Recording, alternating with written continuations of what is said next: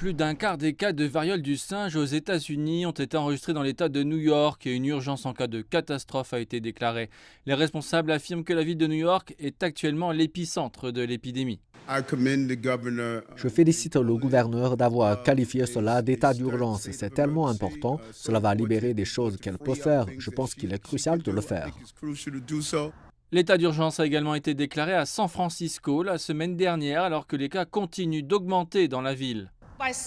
En tirant la sonnette d'alarme, nous signifions que cela ne sera pas ignoré, qu'il s'agit d'une crise de santé publique et que nous avons désespérément besoin de vaccins pour soutenir les habitants de San Francisco.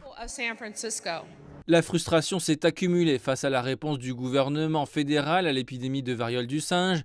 Beaucoup blâment la bureaucratie pour un accès limité aux tests, aux vaccins et aux traitements, mais les responsables disent que plus d'aide est en route. La gouverneure de New York, Kathy Hochul, a déclaré qu'elle avait acheté 110 000 doses de vaccins supplémentaires pour l'État. Le gouvernement fédéral affirme que plus d'1 million de doses ont été obtenues et que d'autres sont en cours de route.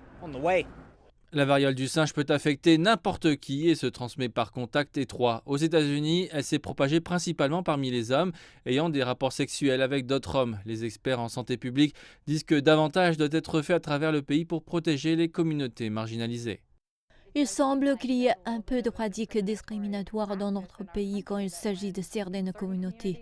Que ce soit la communauté LGBT ou les communautés de couleur, nous ne réagissons pas aussi rapidement que nous le devrions.